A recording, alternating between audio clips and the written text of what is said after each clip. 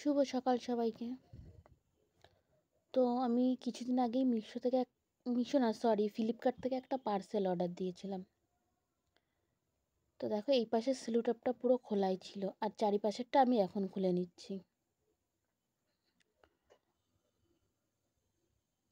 আর ফ্লিপকার্টে যে এত সুন্দর, এত কম দামে এত সুন্দর একটা প্রোডাক্ট আসবে সত্যিই ভাবতে পারিনি। দামটা ছিল মাত্র 200 টাকা। আমার সত্যি প্রোডাক্টটা খুবই পছন্দ হয়েছে। তো দেখো তোমাদের কেমন লাগে, তোমরাও জানিও দেখে।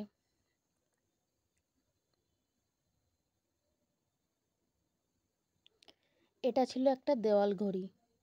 দেখো খুবই সুন্দর লাগছে আমার কাছে।